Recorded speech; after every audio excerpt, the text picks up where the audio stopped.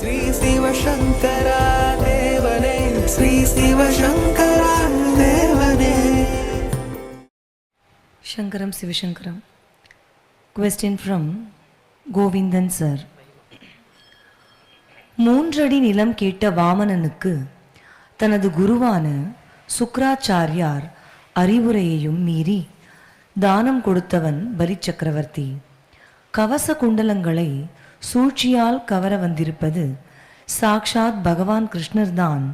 அதனால் தானம் கொடுக்காதே என்று கர்ணனின் தந்தை சூரிய பகவான் எச்சரித்த பிறகும் கூட பகவான் கிருஷ்ணருக்கு தனது கவச குண்டலங்களை மலர்ந்த முகத்தோடு தானமாக கொடுத்தவன் கர்ணன். குருவின் சொல், தந்தையின் கட்டளை, இவற்றை எல்லாம் விட எந்த சூழ்நிலையிலும் தானமே சிறந்தது என்பதுதான் இந்த நிகழ்வுகள் நமக்கு சொல்லும் மாரல் என்று எடுத்துக்கொள்ளலாமா? பாருண்டான், பாருமிழ்ந்தான், பார் இழந்தான், பார் அளந்தான். பார்னா பூமி. இப்போ கிருஷ்ண பரமாத்மா பூமியை பூரா சாப்பிட்டு வாயில் சோதிக்க காட்டினார் இல்லையா? பார் உண்டான், முயந்து காமிச்சான். இந்த உலகம் ஒன்றுமே கிடையாது பாரு, என் வாய்க்குள்ளே அடங்கிடுச்சுங்கிற மாதிரி. பாண்டவர்களுக்காக தூது போன போது பூமியில் நடந்தான், அவனுடைய பாதங்கள் படும்படி. இப்போ பார் இழந்தான். வாமன அவதாரத்தில் 3 அடி நிலங்கேட்டு 1 அடியில் பூமியை பூரா அளந்து காமிச்சிட்டான். ஏன்னா பார் அளந்தான். அப்போ பார் உண்டான், பார் மீழ்ந்தான், பார் இழந்தான், பார் இழந்தான். இந்த உலகம் பூரா அவனுக்கு தான் சொந்தம். அதனால் மண்ணின் பூபாரம் குறைப்பதற்காய் வடமுதிரை தான் பிறந்தான். ராமாவதாரம் என்பது காட்டில் தவம் செய்து கொண்டிருந்த ரிஷிகளுக்கு ராட்சசர்களால் வந்த தொல்லையை போக்குவதற்காக வந்த ஒரு அவதாரம். அதனால்தான் அந்த யுகபுருஷன் வர்றபோது ஒரு கையில் வில்லம்பு, ஒரு கையில் தர்ப கட்டி எடுத்துன்னு வந்தான். தர்ப கட்டினா யாகம், ஹோமம், பூஜைன்னு. இன்னொரு கையில் அது யாகங்களுக்கு தொந்தரவு வர்றபோது வில்லம்பு கூட ஒருத்தன் வரான் அப்படின்னு. மானுடம் வென்றதம்மான் மனிதனாகவே வாழ்ந்து காட்டினோம். கிருஷ்ணனுடைய அவதாரம் எதுக்கு வந்துச்சு? மண்ணின் பூபாரம் குறைப்பதற்காய் வடமதுரை தான். இந்த பூமியில் பாப்புலேஷன் ரொம்ப ஜாஸ்தி ஆகிப்போச்சு. அதை குறைக்கிறதுக்காக அவருடைய போர்ட்ஃபோலியோ அதை ஜாலியாக பண்ணார். ஒரே நாளில் முடிச்சுட்டு போகலாம், அவருக்கு என்ன பெரிய கஷ்டமாக அது. But from childhood went on doing things according to own moods and whims and fancies. பூதனைக்கிட்ட பால் குடிச்சே அவளை கொலை பண்ணுறாரு. இது வரைக்கும் உலகத்தில் யாராவது இந்த மாதிரி ஒரு கொலையை பண்ணி நீ பார்த்துருக்கியா? விஷம் தடவிய பாலோட வந்தபோது இப்படி பண்ணிட்டாரு. பாண்டவர்களுக்காக தூது போகிறாரு. தந்தவக்கரனை ஒரு மாதிரி, சிசுபாலனை ஒரு மாதிரி, கம்சனை ஒரு மாதிரி, ஜெயத்ரதனை ஒரு மாதிரி, ஜராசந்தனை ஒரு மாதிரி. ஸோ ஒவ்வொரு கேரக்டரையும் ஒவ்வொரு விதமாக கொலை பண்ணிக்கிட்டே இருக்கார் அவர். லாஸ்ட்டில் அவரே கூட அழிச்சிக்கிறதுக்கு வரணும். காந்தாரி இருக்கான். அவள் வந்து கிருஷ்ணன்கிட்ட சொல்கிறான், என் பெத்த வயிறு பற்றி எரிதிடா, அவனால என் 100 குழந்தைங்க போனாங்களே அப்படின்னு. அம்மா என்ன இருந்தாலும் நீ உன் கணவனுக்காக கண்ணை கட்டிக்கிட்டு இருந்த பதிவரத்தை, அதனால் உன் வாக்குக்கு நான் கட்டுப்படுறேன், என்னுடைய குலம் பூராவும் நாசமாகும் அப்படின்னு அவன் வாக்கு கொடுத்துட்றான். தன்னை தானே அழிச்சிக்கிறதுக்கு வாக்கு கொடுத்த ஒரு ஆள் எங்கே பார்த்துருக்கியா? அதே மாதிரி துர்வாச ரிஷி வராரு. இந்த பாண்டவ வம்சத்து குழந்தைங்கள்லாம் ஒரு பையனுக்கு வயிற்றில் உலக்கையை கட்டி உள்ளராட்சி மாதிரி கெட்டப் பண்ணி, சாமி இந்த பொம்பளைக்கு என்ன குழந்தை பிறக்கும் அப்படின்னு. உலக்க பறக்கும், உங்கள் குலமெல்லாம் நாசமாகும்ன்றார். இது பலராமருக்கு தெரிஞ்ச உடனே, ஏண்டா அவர்கிட்ட போய் வாய் கொடுத்து மாட்டிக்கினீங்க, அந்த உலக்கையை நல்லா பொடி மாதிரி அரைச்சி எதிரில் இருக்கிற இரண்யா நதியில் கலக்கிடுங்கடான்னாரு. ஸோ அந்த டஸ்டெல்லாம் அப்படியே கரை ஒதுங்க, அதில் கோர புல்லு முளைச்சிது. ஒரு பௌர்ணமிக்கு இந்த பஞ்சபாண்டவ குலத்தில் வந்தவெல்லாம் நீங்கள்லாம் தொடப்ப கட்டி எடுத்து உங்கள் கிராமத்தில் கத்தி சண்டை போடுவீங்கள்ல, அந்த மாதிரி புல்லில் அரைச்சிக்கிட்டு சேர்த்தானுங்க எல்லோரும். அதில் ஒரு பிட்டு மாத்திரம் ஜரா என்ற வேடன் கையில் கிடைக்கிது. அவங்க ஒரு அம்மனுடைய இதில் அதை ஃபிக்ஸ் பண்ணிவிட்டு வெயிட் பண்ணிகிட்ருக்கான். கிருஷ்ணர் இப்படி உட்காந்துருக்காரு. அவன் கண்ணுக்கு தூரத்துலேருந்து பார்க்குற போது அது ஒரு மான் மாதிரி தெரியுது. அதனால் மான்னு நினச்சி விடுறான். அப்போ தன்னைத்தானே அழித்து கொள்கிறார். அவரும் அந்த வம்சத்தில் வந்தவர் தானே. அதனால் ஏன் அந்த மாதிரி நடக்குது அப்படின்னா, ராமாயண காலத்தில் வாலியை வதம் செய்கிறார் ராமர். வாலி சொல்கிறான், ராமா இந்த குரங்கு சுக்ரீவன் ஒன்றுமே கிடையாது, இவனை போய் பொண்ணு சேர்த்துன்னு என்ன அழிச்சிட்டியே நீ. ராவணனை 10 தலை வண்டுன்னு நினச்சி கையில் பிடிச்சவன் நான். உனக்கு ராவண வதம் தான் வேணும்னா என்கிட்ட ஒரு வார்த்தை சொல்லியிருந்தா நான் 1 செகண்டில் முடிச்சிருப்பேன் ஐயா அப்படின்னு. இவர் சொல்கிறார் இல்லை சத்திரத்தை அது சத்திரத்தை இது கீழகம்ன்றார், அதர்மத்தை ஏற்று போராடுறது கூட தர்மந்தாப்பா அப்படின்றார். அப்போ அவன் சொல்கிறான் நாங்கள்லாம் குரங்குங்க, நீங்கள் மனுஷங்க, மனுஷங்களுக்கு உள்ள ரூல்ஸ் எல்லாம் வேறு, குரங்குகளுக்கு உள்ள ரூல்ஸ் எல்லாம் வேறு. இந்த ப்ராப்ளம் எதனால் அவனுடைய பொண்டாட்டி இவன் கொண்டாந்து வச்சுருந்தான்றது. கடைசியில் அவன் வர முடிஞ்சோடனே திருப்பி அவன் அவங்ககிட்ட தானே போய் சேர்ந்தான். குரங்குகளுக்கு என்ன எத்திக்ஸு, இது என்ன தாலி கட்டின்னு குடும்பம் நடத்தின்னு மாங்கல்யம் சந்தனம் என்ன சொல்ல போகுது எனக்கு நீ பண்ணது தப்புன்னு. அப்போ ஒன்று செய்யலாம்பா, நான் எப்படி உன்னை தெரியாமல் கொண்டுட்டனோ அந்த மாதிரி அடுத்த பிறகு நீ என்ன கொண்டுட்டு நம்ம கணக்கு சரியாயிடும் அப்படின்னாரு. அதனால் அந்த வாலியாக இருந்தவன் தான் இந்த பிரிவில் ஜரா என்ற வேடனா வந்திருக்கான். அவன் அந்த அம்பை விடுற போது போன ஜென்மத்தில் இருந்த கணக்கு இப்போ சரியாக போகுது. இப்படி நாட்ஸ்ன்னு சொல்லுவாங்க. முடிச்சுக்குள்ளே ஒவ்வொரு கேரக்டரையும் எப்படி கொண்டு போகிறாங்கங்கிறது தான் காவியங்களுடைய சிறப்பு என்பது.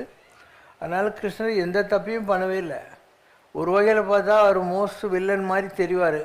ஆனால் அவர் வந்த வேலையை தானே அவர் செஞ்சார் இல்லையா. வில்லனில் 2 வகை இருக்குது. ஒன்று அந்த காலத்து பிஎஸ் வீரப்பா, எம்என் நம்பியார், மாதேவி இணங்கி விட அப்படின்னும். இப்போ இருக்கிற வில்லன் பிரகாஷ்ராஜ் செல்லமே அப்படின்வான். ஆனால் அவனும் அதான் பண்ணான். ஸோ கிருஷ்ணர் வந்து பிரகாஷ்ராஜ், அவர் சிரிச்சுக்கிட்டே தான் குழப்பம். கொடூரமான பிஎஸ் வீரப்பா, எம்என் நம்பியார் எல்லாம் கிடையாது அவர்கிட்ட. நம்முடைய குருவி மொழியை வச்சுக்கிட்டு நம்ம கடவுளை புரிஞ்சிக்க முடியாது. எதுக்களாலும் எடுத்த மொழியாலும் சோதிக்க வேண்டாம்னுவார். ஏன் இப்படின்னு சொல்லிலாம் ஆராய்ச்சி பண்ணாத. மிக்கு பரந்துலன் ஜோதி ஆண் புகின் அழகு இல்லை கிழக்க வேண்டாம். கடவுள் உலகம் பூரா இருக்கிற ஜோதி, அதனால் அவனை எக்ஸ்பிளைன் பண்ண முடியாது. It's an experience. அதனால் just be a mute witness to whatever happens around அப்படின்னு. உலகம் யாவையும் தாமுள வாக்கலும், உலகத்தை படைக்கிறது, ஸ்டெபிலைஸ் பண்ணுறது, நிலைபெறுத்தலும், நீக்கலும், உலகத்தை அழிக்கிறது. அழகிலா விளையாட்டுடைய ஆரவர் ஆண்டவர் அன்னவர்க்கே சரண் நாங்களே. அப்படிப்பட்ட விளையாட்டே விளையாடக்கூடியவன் தான் கடவுள். அவனுக்கு நான் சரண்டர் பண்ணிட்டு வாழ்ந்துக்கிட்டு இருக்கேன் அப்படின்னு அர்த்தம். So we will never be able to understand God. Let's accept God cannot be wrong. ராஜா கையை வச்சா ராங்காக போனதில்லை. இந்த ராஜா என்ன சாதாரண ராஜாவா? நடராஜா, கோவிந்தராஜா, சுந்தரராஜா, தியாகராஜா, அவர் கை வச்சா எப்படி ராங்காக போகும்? எல்லாம் தெரிஞ்சு தான் செய்கிறாரு. அவர் செய்கிறதுல எதுலேயுமே ராங்க இருக்கிறதுக்கு வாய்ப்புகள் இல்லை. மகாபாரதத்தில் உத்தராயண புண்ணிய காலத்துக்காக பீஷ்மர் அம்பு படுக்கையில் படுத்துன்னு இருக்கார். நல்ல டைம் வந்தால் உயிரை விடணுன்னு. கிருஷ்ணர் பஞ்சபாண்டவர்கிட்ட சொல்கிறாரு, உங்கள் தாத்தா மண்டையை போட போகிறாரு, வாங்க அவர்கிட்ட போய் அட்வைஸ் ஏதாவது வாங்கிக்கலான்ட்டு கூட்டின்னு வர்றாரு. பஞ்சபாண்டவர்களை பார்த்த உடனே பீஷ்மர் ஒவ்வொன்றும் அழுகுறாரு. இவங்க சொல்கிறாங்க, நீங்கள் மலை குலைந்தாலும் நிலை குலையாத மாவீரனாச்சே, எதுக்கு தாத்தா அழுகுறீங்க அப்படின்னு. அவர் சொல்கிறார், இது இருக்கான இந்த கிருஷ்ணன், இவன் சாட்சாத் மகாவிஷ்ணு, இவங்க கூடயே இருந்து காத்தாலேருந்து சாயந்தரம் வரைக்கும் உங்களை கைட் பண்ணி எல்லாம் பண்ணிகிட்டு இருந்த போதே நீங்கள் நாய்ப்படுமா, நரிப்படுமா, தறிப்படுமா, சொல்லத்தான் படுமோன்னு இவ்வளோ கஷ்டப்பட்டீங்களே. இந்த கிருஷ்ணன் உங்கள் கூட இல்லாமல் இருந்திருந்தால் நீங்கள் என்ன ஆயிருப்பீங்கன்னு நினச்சி பார்த்தா எனக்கு அழுகல்கியாக வருதுன்னாராம். அதனால் எவ்ரி திங். அதே மாதிரி 100 காட்சி வரும். யுத்தம் ஆரம்பிக்க போகுது குருஷேத்திரத்தில். அதில் பரிபர்கன்னு ஒருத்தருக்கான். ஒவ்வொருத்தனும் நான் இத்தனை நாளில் இந்த யுத்தம் முடிச்சுடுவேன், பீமா அர்ஜுனா இவெல்லாம் சொல்கிறான். பரிபர்கன் கொஞ்சம் இருங்கன்னு ஒரு சாம்பல் தோஞ்சி அம்பை விடுறான். இந்த சாம்பல் யார் மேலெல்லாம் விழுந்ததோ அவங்கெல்லாம் அவுட்டு, யார் மேலே வெளியே அவங்க தான் இந்த யுத்தத்தில் மிஞ்ச போகிறாங்க அப்படின்னா.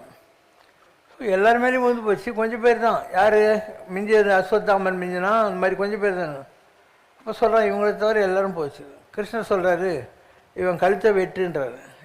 எல்லோரும் இப்படிப்பட்ட ஒரு ஜகஜால கில்லாடி யுத்தம் நடக்கிறதுக்கு முன்னே யார் பழைப்பான், யார் சொல்கிறான், இவனை ஏன் கழுத்தை வெட்ட சொல்கிறேன், நான் அப்புறம் சொல்கிறேன்னு சொல்லி கழுத்தை வெட்டணுன்னு எதிரில் இருக்கிற மலை மேலே கொண்டு போய் இவனை வையணும். பரிபர்கன்னு பேர் வரணும். யுத்தம் எல்லாம் முடியுது. ஆளாளுக்கு நான் தான் கழிச்சேன், நீ தான் கழிச்சேன்றான். கிருஷ்ணர் மலை மேலே இருந்து இந்த யுத்தத்தெல்லாம் பார்த்த ஒருத்தன் இருக்கான் இல்லையா, அவன்கிட்ட கேட்கலான்னு சொல்லி இவங்களை கூட்டினெல்லாம் வர்றாரு. வந்துட்டு அவர் கேட்குறாரு, இதில் யார் நல்லா சண்டை போட்டாங்கன்னு நீ சொல்லு. நீங்களாம் யார், எனக்கு தெரியவே தெரியாது அப்படின்னு. நீங்களாம் யாருன்னே எனக்கு தெரியாது. இவன் ஒருத்தருக்கான் அந்த கிருஷ்ணன், இவன் தான் இந்த பக்கமும் சண்டை போட்டான், அந்த பக்கமும் சண்டை போட்டான், அதனால் நீங்கள்லாம் யாருன்னே எனக்கு தெரியாதுண்ணா. அப்போ கிருஷ்ணருங்கிறவர் யார்?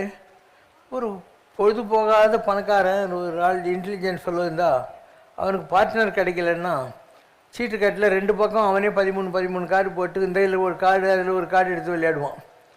செஸ்ஸில் அதே மாதிரி தான். இவனே வந்து இந்த பக்கமும் மூவ் பண்ணுவான், அந்த பக்கம் மூவ் பண்ணுவான். அண்டு கேரம் போர்டில் அதே மாதிரி தான் மூவ் பண்ணுவான். செஸ்ஸில் அப்படி தான் மூவ் பண்ணுவான். சீட்டு கட்டில் அப்படி தான் மூவ் பண்ணுவான். அந்த மாதிரி பொழுதே போகாத இருக்கிற ஒரு கடவுள் இருக்கான். அவன் போக்கில் இந்த பக்கம் வந்தால் விளையாடுறான், அந்த பக்கம் வந்தான். அதுதான் பரிபரகன் சொன்னதுக்கான அர்த்தம். அதனால் நம்மளால் கடவுளை புரிந்து கொள்ளவே முடியாது. அதனுடைய போக்கில் விட்டுட்டா இங்கிலீஷில் ஒரு பழமொழி உண்டு, he who laughs last laughs best. கடைசியில் யார் சிரிக்கிறானோ அவன் தான் அர்த்தம் தெரிஞ்சு சிரிக்கிறான்னு அர்த்தம். So God's laugh will be the ultimate. At a human level நமக்கு ஒன்றுமே புரியாது இல்லையா? ஏன் இது நடக்குது, ஏன் அப்படி, ஏன் இப்படின்னு கேட்டுன்னு உட்காந்துனே இருப்போம். So everything is right because God knows everything and we don't know anything. Emerson ஒருத்தன் தான் அவன் சொன்னான், after all I know only one thing, that is I don't know any திங்னா. எனக்கு தெரிஞ்சதெல்லாம் ஒரு விஷயந்தான், அது என்னன்னா எனக்கு ஒன்றுமே தெரியாதுன்ற விஷயம். That I don't know any திங்னா. அந்த மாதிரி நமக்கு ஒன்றுமே தெரியாது. நம்ம குருவி மூளையை வச்சுக்கிட்டு இவங்க இப்படி அவங்க இப்படி அப்படின்னு ஆராய்ச்சி பண்ணுறோம். நம்முடைய பல விதமான அப்ரோச்சஸே ராங். ஒரு ஆஃபீஸில் ஒரு பொம்பளை வேலை செய்கிறா, அவளுக்கு மனசில் சீக்கிரம் வீட்டுக்கு போனாக்கா வீட்டில் விளக்கேற்றலாம், குழந்தைங்க டியூஷன் ஒர்க்கெல்லாம் ஹெல்ப்பு கேட்பாங்க, சமைக்கணும், சாயத்துக்கு டிவி பார்க்கணும், ஏதோ வர்றா. இந்த பொழுது போகாத வேலைக்கு போகாத பொம்பளைங்கெல்லாம் இருக்குங்கள்ல, அதெல்லாம் அவள் யார் கூடயும் ஸ்கூட்டில் வந்து இறங்கணுன்னே இப்படின்வாங்க. உங்களுக்கு நிஜமாக தெரியுமா அவள் எதுக்காக வரா, அவளுடைய நொபிலிட்டி எல்லாம் உங்களுக்கு ஏதாவது தெரியுமா? அதனால் மக்களுக்கு அறிவு கிடையாது. அதனால் இன்னொருத்தன் சர்டிஃபிகேட்டுக்கெல்லாம் நீ மாட்டாத. ஒரு அப்பங்காரன் ஒரு வயசு வந்த பொண்ணை ஸ்கூட்டரில் வச்சு கூட்டின்னு போனான். பார்க்குறவன் கிழமை அறிவு தள்ளின்னு போகிறான் அப்படின்னும் இல்லை, உலகம் அப்படி தான் பார்க்கும். அதனால் நீ கண்டுக்காத. உன் மனசாட்சி தான் உனக்கு கடவுள். உனக்கு நேர்மையாக எந்த விஷயம் தெரியுதோ அதை நீ தைரியமாக பண்ணு, கவலையே பட தேவையில்லை. இரக்கம் என்றொரு பொருள் இல்லாத நெஞ்சினர் என்று அரக்கர்களுக்கான டெஃபினிஷனை கம்பர் கூறுகிறார். அரக்கர்கள் பிறப்பால் அல்ல, இரக்கத்தன்மை இல்லாத குணத்தால் மட்டுமே என்பது அவரது வாதம். அதன் வழியில் நல் அருளை துறந்து கைகேயி ஸ்ரீராமனை காடேகச் சொன்ன செயல் அவளது அரக்கத்தன்மை என்று சாடும் கம்பர், பிரகல்லாதன், பலி சக்கரவர்த்தி, கும்பகர்ணன், விபீஷணன் போன்றவர்கள் பிறப்பால் அரக்கர்கள் என்றாலும் குணத்தால் தேவர்களுக்கு இணையானவர்கள் என்பதையும் குறிப்பிட மறக்கவில்லை. இந்த விதியை மனித இனத்திற்கும் பொருத்தி பார்த்தால் சரிதானா? இரக்க சிந்தனையோடு வாழும் மனிதர்களை தேவர்களுக்கு இணையானவர்கள் என்று நாம் சொல்லலாமா? அரக்கர்களாகட்டும் தேவர்களாகட்டும் 2 பேருக்கும் ஒரே அப்பா தான், காசியப முனிவர்னு பேர். அவருக்கு 2 மனைவிகள். அதில் ஒரு மனைவி மூலமாக பிறந்தவங்க அரக்கர்கள், ஒரு மனைவி மூலமாக பிறந்தவர்கள் தேவர்கள். தேவர்களை விட அரக்கர்களுக்கு தவபலம் ஜாஸ்தி. தேவர்கள் கடவுள்கிட்ட மயிலே மயிலே கோவிந்தா கோவிந்தா அப்படின்னுவான். அரக்கர் அப்படி இல்லை, நெருப்பு வளர்த்துட்டு கழுத்து மேலே கத்தி வச்சு நீ எனக்கு தரிசனம் கொடுக்குறியா இல்லை என் கழுத்தை வெட்டி நெருப்பில் போட்டுமானுவான். அந்த மாதிரி ஒரு திட வைராக்கியம், ஒரு ஞான வைராக்கியம் அரக்கர்களுக்கு உண்டு, தேவர்களுக்கு அப்படி கிடையாது. அதனால் தேவர்கள் இவங்களோட நல்லவங்க தான். அவங்க எங்கே மிஸ்டேக் பண்ணுறாங்கன்னா, ஒரு குறிப்பிட்ட நேரம் வரைக்கும் ரொம்ப தவம் செஞ்சு யோக்கியமாக இருக்காங்க. அதுக்கு மேலே தன் பவர் அதில் கொஞ்சம் கிரேசியான மைண்ட் செட் தவறுகளை செய்ய ஆரம்பிச்சிடுறாங்க. அந்த தவறுகளை வைத்து கொண்டு தான் அவங்கள அழிக்க முடியுதே தவிர, இல்லைன்னா அவங்க தேவர்களை விட பெரிய ஆளுங்க, பவர்ஃபுல் பீப்புள் தேர். அதில் உங்களுக்கு சந்தேகமே தேவையில்லை.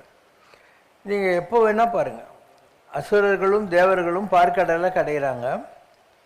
பார்க்கடலை கடையிற போது மோகினி அவதாரம் தாரிகாவனத்து ரிஷிகள்லாம் தவத்தில் இருக்காங்க. அவங்க நாங்கள் சாமியெல்லாம் கும்பிட மாட்டோம், நாங்கள் செய்கிற யாகம் ஹோமம் மந்திர ஜபத்திலேயே நாங்கள் ரொம்ப பவர்ஃபுல் அப்படின்னு. அப்போது விஷ்ணு ஒரு மோகினி அவதாரம் எடுக்கிறாரு. சிவபெருமான் கோமணங்கட்டின ஒரு பிக்ஷாடனன்னுவாங்க, பிச்சை பாத்திரத்தோடு வராரு. இந்த பெண்கள் எல்லாம் இல்லையா, அவன் சிவபெருமானுடைய அழகில் மயங்கி அவர் பின்னால் போடுறாங்க. இந்த ரிஷிகள்ங்கிறாங்க இல்லையா, அவங்கெல்லாம் விஷ்ணு மோகினியுடைய அழகில் மயங்கி அவர் பிள்ளை போயிடுறாங்க. இவங்க 2 பேருக்கும் தெரியுது நம்மளை நல்லா ஏமாற்றிட்டாங்க இவங்க 2 பேரும் சேர்ந்து அப்படின்னு. ஒரு யாகத்தை வளர்த்து தாரிகாவனத்து ரிஷிகள் அதில் முயலகன்னு சொல்லி ஒரு குட்டி ராட்சசனியை வராங்க. உலகத்தையே அழிக்கிற ஒரு ஆழகால விஷத்தை ஏவுறாங்க. அப்போ யார் இதெல்லாம் எடுத்துக்க முடியும்? அதனால் சிவபெருமான் பார்க்குறார். பெயக்கண்டு நஞ்சு உண்டு அமைவர் நயத்தக்க நாகரிகம் வேண்டுபார். உலகத்தில் பெரிய நாகரிகம் என்ன? மற்றவங்க நல்லா இருக்கணுங்கிறதுக்காக தான் விஷத்தையும் ஏற்றுக்கிறது. முந்தை இருந்து நட்டோர் கொடுப்பின் நஞ்சும் முன்ப நனி நாகரிகர். நாகரிகன்றது சென்ட்டு போட்டுன்னு ஷாம்பு போட்டுறதில்ல, மற்றவங்க நல்லா இருக்கிறதுக்காக தான் தியாகம் செய்கிறது. அதனால் தியாகேசன், தியாகராஜன், தியாக விடந்தன் என்று சொல்லக்கூடிய நிலையில் சிவபெருமான் என்ன பண்ணுறாரு? அந்த முயலகனை தன் காலடியில் போட்டுக்கிட்டு அப்படியே நிற்கிறார். அதான் நடராஜனுடைய காலடியில் இருக்கிற அந்த குட்டி பையன் முயலகன். ஆழகால விஷயம் இருக்கு இல்லையா, அதை அவர் குடிக்கிறார். அவர் குடிக்கிற போது அது கழுத்துக்கு கீழே இறங்கக்கூடாதுன்னு சொல்லிட்டு அவர்கிட்ட இருந்த ஆளாள சுந்தரர், அவர் தான் சுந்தரமூர்த்தி நாயனார், கழுத்தை இப்படி பிடிச்சிக்கிறார். அவர் பேர் சுந்தரர். அந்த ஆழகால விஷயம் இறங்காமல் பிடிச்சிக்கிறதுனால அவருக்கு ஆழகால சுந்தரர், ஆளாள சுந்தரன் பின்னால் பேர் வந்துச்சு. அப்போ இந்த உலகத்தின்பால் வைத்த கருணையினால விஷத்தையும் ஏற்றுக்கொண்டவன், இந்த உலகத்தை காப்பாற்றுவதற்காக முயலகனை தன் காலடியில் போட்டுக்கொண்டவர், இதெல்லாம் சிவபெருமான் செய்கிற வேலைகள். எவ்வளோ பெரிய விஷயம் இல்லையா? ஜாலியாக இப்போது பார்க்கடலில் கடைகிறாங்க, அதில் மகாலட்சுமி வருது, ஊத்த கொம்பு குதிரை ஊர்துவரேசன் வருது, யூனிகார்னுவாங்க இங்கிலீஷில். இது மாதிரி நல்ல நல்ல விஷயம்லாம் வர்றபோது அமிர்தம் வருது, எல்லோரும் எனக்குன்னு வாங்கிக்கிறானுங்க. இந்த விஷயம் வர்றபோது எல்லோரும் ஒதுங்கிறானுங்க. அப்போ அவர் சரி நான் வாங்கிக்கிறேன்டான்னு சொன்னார். இப்போ நல்லதெல்லாம் வந்தபோது எல்லாரும் அனுபவித்தாங்க. இந்த உலகத்துக்காக தியாகம் செய்கிறவர் யார்? சிவபெருமான். அதனால் நீங்கள் தடாக்கு பக்கத்தில் சுற்றப்பள்ளின்னு ஒரு கோயில் இருக்குது.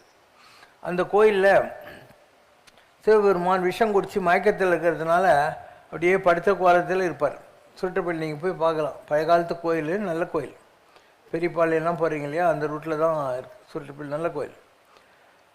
ஸோ அது அந்த தியாகராஜன் இந்த உலகத்துக்காக செய்த நன்மைங்கிற வரையில் அந்த இடத்துல ஒரே ஒரு கோயில் அந்த மாதிரி இவங்க வச்சுருக்காங்க. ஸோ எப்பெல்லாம் ப்ராப்ளம் வருதோ அப்போல்லாம் இந்த உலகத்தை காப்பாற்றுறதுக்காக சிவனும் விஷ்ணுவும் தான் வராங்க. வரம் கொடுத்துட்றார் சிவபெருமான், எல்லாருக்கும் வரம் கொடுத்துட்றாரு. அந்த வரத்தில் மாட்டிக்கின்னு அவரே முழிக்கிறார். பஸ்மாசுரனுக்கு யார் தலை கை வச்சாலையும் பஸ்மம் வாங்கினு வரம் கொடுத்துட்றாரு. இரு நான் டெஸ்ட் பண்ணுறேன்னு இவர் கிழமையிலே கை வைக்கிறதுக்கு வரான். இவர் ஓடுறாரு. அப்போ விஷ்ணு ஒரு மோகினி ஆட்டம் அவதாரம் எடுத்து வந்து அவர் மயக்கி எங்கூட டான்ஸ் ஆடுன்னு சொல்லி டான்ஸ் போஸ்ட்லி இப்படி தலைமையில் கை வச்சா அவனும் முட்டாள்தனமாக கை வச்சு பஸ்மமாகி போயிடுறான். இப்படி ஒவ்வொரு தடையும் விஷ்ணு தான் வந்து காப்பாற்றுவார். ஒரு தடவை அசுரர்கள் கூட திரிபுரம் எரிப்பதற்காக சிவன் சண்டை போட்டுன்னு இருக்கார். அப்போது செத்து போகிற அசுரர்கள் எல்லாம் அங்கே சஞ்சீவனி மூலிகையினால் நிரப்பப்பட்ட ஒரு குளத்தில் வந்து முக்கி சுக்கராச்சாரியாருடைய மனைவி இருக்கா இல்லையா, அவள் காப்பாற்றினே இருக்கிறான். என்ன பண்ணுறதுன்னு தெரியல. எவ்வளோ நேரம் தான் இவரும் சண்டை போட்டுன்னு இருப்பார். அதனால் விஷ்ணு ஒரு எருது மாதிரி வந்து அந்த குளத்தில் இருக்கிற தண்ணியெல்லாம் குடிச்சிட்டு ஓடி போகிறார் அடிக்கிறதுக்கு முன்னால். அப்போ சிவன் சொல்கிறார், உலகமே அழிஞ்சாலும் நானும் நீ இருப்போம் அப்படின்னு. ஸோ அந்த எருது இருக்கு இல்லையா, அதனுடைய 2 கொம்புக்கு நடுவில் சிவபெருமான் நின்று ஆடுற டான்ஸ் இல்லையா, அதுதான் ஊழி தாண்டவம். அதை தான் டே, ஜட்மெண்ட் டே, கயாமத்து டேன்றது. பிரம்மா கூட போயிடுவோம். பிரம்மனும் போய் கங்காளன் கலேவரமும் மிரையினால் வீணை வாசிக்குமே. எல்லாம் போய் சிவபெருமான் வீணையை வாசிச்சுட்டு போகிறான். சாதாரண வீணையா? மாசில் வீணை மாலை மதியம் வீசு தென்றல் வீங்கில வேனில். இப்போ எதுக்காக அவர் சந்தோஷமாகிறார்? எல்லாரும் சேர்த்தா அவருக்கு என்ன சந்தோஷமா? அப்படி இல்லை. எவ்வளவோ ஜென்மமாக நான் சான்ஸ் கொடுத்தும் என் பிள்ளைங்கள்லாம் உருப்படாமல் இருக்குது, அட்லீஸ்ட் இப்பயாவது எல்லோரும் எங்கிட்ட வரப்போகிறாங்களேன்ற சந்தோஷம் இல்லையா? அவருடைய பிள்ளைங்க நாமெல்லாம் உருப்படாமல் இருக்கோம், எவ்வளோ சான்ஸ் கிடைச்சாலும் உருப்பட மாட்டேன்றோம். அதனால் இந்த ஊழி தாண்டவத்திலேயாவது எல்லாரும் நம்மக்கிட்ட வராங்க. அதான் பிரம்மனும் போய் கங்காளன் கலைவரம் இறை நல் வீணை வாசிக்குமேங்கிற ஊழி தாண்டவ கோலம் என்பது. அதை தேர்ந்ததுனால்தான் அவர் அவ்வளோ பெரிய நிலையில் வழிபடக்கூடிய நிலையில் இருக்கார். சிவபெருமான் யார்? முழுமையான கடவுள், முதல் கடவுள். அவருக்கு என்ன பேர்? பிறவா யாக்கை பெரியோன். மற்ற கடவுளெல்லாம் அவதாரம் எடுக்கிறாங்க, கிருஷ்ணர், ராமர், இதெல்லாம் அவதாரங்கள். ஆனால் சிவன் இருக்கான் இல்லையா, அவன் பிறவா நிழலும் இல்லை, இரவா வாயனும் இல்லை. அவனுடைய அதே வடிவம் தான், நெற்றிலிருந்து வந்தவன் தான் முருகன். அதனால் பெம்மான் முருகன், பிறவான் இரவான். அவனும் பிறக்கிறது இல்லை, இவனும் பிறக்கிறது இல்லை. இவங்க 2 பேருமே அந்த உயர்ந்த நிலையை அடைந்ததற்கு காரணம் அவர்களுடைய தியாகம் தான், அவங்களுடைய தவம் தான். அதனால் இந்த நிலையில் இருக்கிறாங்க. அதனால் எல்லாராலையும் அந்த நிலைகளை அடைய முடியுமா? அதனால் அவங்க அந்த வீணை வாசிக்கிறதுங்கிறது சந்தோஷத்தில் வர்றாங்க. உலகத்தில் நல்லது நடக்கணுங்கிறதுக்காக அந்த சந்தோஷ தாண்டவத்திலையும் தப்பிக்கிறவன் இருக்கான். சாஸ்திர கவச்சன்னு ஒருத்தன் தான். அவன் வரம் வாங்கிட்டான், எனக்கு 1000 கவச்சங்களை கொடுங்க. அதில் ஒரு கவச்சத்தை எடுக்கணுன்னா 12 வருஷம் தவம் பண்ணி 12 வருஷம் எதிரில் நின்று சண்டை போடணும் அப்படின்னு. உலகத்தில் வந்துட்டான், அட்டூழியம் ஆகிப்போச்சு, எல்லோரும் முறையிடுறாங்க. அப்போ பகவான் சொல்கிறாரு, நானே உலகத்தில் வர்றேன், என்னை 2ஆக பிரிச்சுக்கின்னு நரன் நாராயணனா வரேன். இன்றைக்கி பத்ரிகாசிரமம் கோயில் இருக்குது இல்லையா, அங்கே நரநாராயண பர்வத்தம்னு இருக்குது. அந்த இடத்துல அவரே 2ஆக பிரிச்சுக்கின்னு நரன் தவம் பண்ணுவான், நாராயணன் வந்து சண்டை போடுவான். நாராயணன் போய் உட்காந்துக்குவான், நரன் வந்து சண்டை போடுவான். இப்படி 999 கவசத்தை பிச்சிடுறாங்க. அதுக்குள்ளே ஊழி தாண்டவம் வந்துடுது. அதனால் அவன் எங்கேருந்து வந்தான்? சூரியன்கிட்டேருந்து வந்தான். சாஸ்திர கவச்சன் சூரியன்கிட்டேருந்து வந்தான். அடுத்த யுகம் மகாபாரதம் ஆரம்பிச்சிடுது. இந்த குந்தி தேவி துர்வாச ரிஷிக்கிட்ட வாங்கின இதை டெஸ்ட் பண்ணணும் வரத்தேன்னு சொல்லி சூரியனை கும்பிட்டு உடனே ஒரு கவச்சம் பாக்கி உட்காந்துருந்தான் பார்த்தியா, சூரிய மண்டலத்தை கர்ண அவனை அனுப்பிச்சி விட்டாங்க. அதனால தான் இந்த மகாபாரத காலத்துலேயும் 12 வருஷம் அஜ்ஞாத வாசம் போய் இவன் எதிரில் வந்து சண்டை போட்டு கவச்சத்தை எடுக்கிறதா இருக்குது, கொண்டலத்தை எடுக்கிறதா இருக்குது. அதனால் நமக்கு ஒன்றுமே புரியாது. இந்த என்னது ஃபாஸ்ட் ஃபார்வேர்டு, ரீவைண்டிங்கு இதெல்லாம் எப்படி நடக்குது உலகத்தில் நமக்கு தெரியவே தெரியாது. எல்லாத்துக்கும் காரண காரியங்கள் இருக்கும். நம்மெல்லாம் முருகருங்கிறோம். ஒரு ஞானப்பழம் கதையெல்லாம் கேள்விப்பட்டிருப்பீங்க. கைலாசத்தில் பார்வதியும் சிவனும் இருக்காங்க. நாரதர் ஒரு ஞானப்பழத்தை கொண்டு வந்து கொடுக்குறாரு. அம்மையப்பன் தானே உலகம், உலகம் தானே அம்மையப்பன் பிள்ளையார் அங்கேயே சுற்றி விட்டு ஞானப்பழத்தை வாங்கிக்கிறாரு. மயில் மேலே ஏறி உலகத்தெல்லாம் சுற்றிட்டு வந்த முருகருக்கு கோபம் வருது. கோபம் வந்து, நீங்கள் என்னை ஏமாற்றிட்டீங்க, இனிமேல் உங்கள் சங்காத்தமே வேணாம் அப்படின்னு சொல்லி எனக்கென்று ஒரு உலகம், எனக்கென்று மக்கள் அப்படின்னு சொல்லி அவர் வடக்குலேருந்து தெற்கு நோக்கி வந்து பனி மேலே கோமணத்தோடு உக்காண்டார். இல்லை, கேபி சுந்தரம்மாள் பாட்டு 2 வரி பாடுங்க. பழம் நீயப்பா ஞான பழம் நீயப்பா, தமிழ் ஞான பழம் நீயப்பா. அப்போது பார்வதி வழியெல்லாம் துரத்தின்னு வரா, கோச்சின்னு போகாத பிள்ளை அப்படின்ட்டு. இப்போ சண்டூர்னு ஒரு இடத்து கர்நாடகாவில், அங்கே காட்டு நடுவில் நீங்கள்லாம் போகலாம், எங்கேயும் போக மாட்டேங்கிறீங்க. காட்டுக்கு நடுவில் சண்டூர் குமாரசாமி கோயில்னு ஒன்று இருக்குது. அந்த இடம் பூரா அப்படியே விபூதி மலைகளாக இருக்கும். ரொம்ப கிட்ட, பெல்லாரிக்கும் ஒரு பக்கம் கிட்ட, மந்திராலயத்துக்கு ஒரு பக்கம் கிட்ட. அந்த சண்டூர் குமாரசாமி கோயிலில் அம்பாள் இருப்பார், சிவன் இருப்பார், அண்டு முருகன் நின்றுட்டு இருப்பார். ரொம்ப பவர்ஃபுல்லான ஒரு பிளேஸு. ஜனங்களுக்கெல்லாம் தெரியாது. மொத்தம் அந்த இடத்துல 6 கோயில் இருக்குது. ஒரு கோயில் தான் ஜனங்க போவாங்க. காட்டில் இறங்கி ஏறி அந்த மாதிரி அங்கே போய் எல்லாத்தையும் தரிசனம் பண்ணணும். நான் ஒரு காலத்தில் அங்கேயே தங்கி இதெல்லாம் பண்ணியிருக்கேன். அங்கே வந்து அந்த கோயிலில் கொடுப்பாங்க, ஒரு வேளை சாப்பாடு, ரசம் சாதம் கொடுப்பாங்க. அதை சாப்பிட்டு அங்கேயே தின மேலே படுத்துடணும். வசதியெல்லாம் ஒன்றும் கிடையாது அங்கே தங்கத்துக்கெல்லாம். ஸோ அந்த சண்டூருங்கிற இடத்துல வந்து அந்தம்மா கேட்டாலாம் கோவத்தில், நான் கொடுத்த பாலை எனக்கு கொடுத்துட்டு போன்றாலாம். ஆனாலும் அந்த ஆள் வாந்தி எடுத்தாராம். அதுதான் அங்கே விபூதி மாலைன்னு. இதெல்லாம் நம்ம கட்டுற கதை தான். அங்கேருந்து நேராக பழனி மேலே வந்துட்டார் அப்படின்வாங்க. அந்த இடத்துல அவர் தவம் செஞ்சு கன்வின்ஸ் ஆகி தென்னாடுடைய சிவனே போட்டின்னு சொல்லிட்டு நம்முடைய சதன் ரேஞ்சுக்கு முருகன் கடவுளாக இருக்கார். அதனால் நீங்கள் முருகனை வடநாட்டிலலாம் போய் தேடி பார்த்தீங்கன்னா கிடைக்கவே மாட்டார். ஏதாவது ஒரு இடத்துல கார்த்திகேயன் என்ற பேரில் அவரை வச்சுருப்பாங்க, கார்த்திக் சுவாமின்னுவாங்க. மற்றபடி வடநாட்டில் அவர் கிடையாது. அதே மாதிரி இந்த பிள்ளையார் வழிபாடுன்றது தமிழ்நாட்டுக்கு உள்ளது அல்ல. அது வந்து வாதாபி கணபதியம்னு நரசிம்மவல்ல பல்லவனுடைய சேனாதிபதி பரஞ்சோதி வாதாபி மேலே படையெடுத்து போய் அங்கேருந்து பிள்ளையாரை தமிழ்நாட்டுக்கு கொண்டு வந்தார். அப்புறம் தான் பிள்ளையார் தமிழ்நாட்டில் வச்சு. அண்டு இதெல்லாம் நமக்கு காலப்போக்கில் மாறிக்கொண்டு வந்த விஷயம். நிஜமாக பார்த்தீங்கன்னா இவங்க யாருமே வந்து, நீங்கள் எல்லாரையும் கடவுள்ன்றீங்க இல்லையா, உலகத்தில் கடவுள்னு ஒன்று இல்லவே இல்லை. கடவுள் என்பது ஒரு எலக்ட்ரிசிட்டி மாதிரி. அதுதான் மைக்கு, அதுதான் பல்பு. அந்த மாதிரி இந்த உலகத்தில் ஒவ்வொரு காலத்திலும் ரிஷிகளும் சித்தர்களும் வராங்க இல்லையா, அவங்க தான் அந்த தெய்வ நிலையை அடைஞ்சி அந்த பதவிகளை பிடிக்கிறாங்க. வானோரையும் தெய்வத்துள் வைக்கப்படுங்கிற மாதிரி. ரிஷசிங்க மகர்ஷின்னு ஒருத்தர். அவர் விவாண்டக முனிவருக்கும் மான் வடிவத்தில் வந்த மேனகைக்கும் பிறந்தவர். ரிஷி கர்ப்பம் ராத் தங்காதுன்னு வாங்க. அதனால் பிறந்த உடனே அவருக்கு ஞானம் வந்துச்சு. உலகத்தில் என்ன நடக்குதுன்னு தெரியாத ஒரு ஹையஸ்ட் லெவலில் இருக்கார். தசரதனுடைய நாட்டில் மழை பெய்யல. அப்போ அவனுடைய குலகுருவாகிய வசிஷ்டர் சொல்கிறார், காட்டுக்குள்ளே ஒருத்தர் இருக்கார் வசிஷ்டர், இது ரிஷ்யசிங்க மகரிஷி. சிருங்கம்னா கொம்பு, இந்த இடத்துல ஒரு கொம்பு இருக்கும். அதனால தான் யாரையாவது பெரிய ஆளானா நீ அவங்க நினைச்சு கொம்பு மலிச்சிருக்காரு. அவர் கொம்பு மலிச்சிருந்துச்சு. அவர் பேர் கலைக்கோட்டு மாமுனிவர். கலை பிற இருந்த கலை, கோடுனா கொம்பு, கலைக்கோட்டு மாமுனிவர். ஸோ தசரதன் நாட்டில் மழை. குரு சொல்கிறாரு, அந்த ஆளுக்கு எங்கே கால் வச்சா அங்கே மழை பெய்யணும். ஸோ 2 லேடிஸ் சொல்கிறாங்க, நாங்கள் போகிறோம் அப்படின்னு பல்ல குத்திக்கின்னு வந்து ஒரு ஓரமாக ஒழிச்சு வச்சுட்டு ஒவ்வொரு நாளும் அவர் இருக்கிற ஆசிரமத்துக்கு முன்னால் கோலம் போடுறது, அவர் பூஜைக்கு பூ பறித்து வைக்கிறது எல்லாம் செய்கிறாங்க.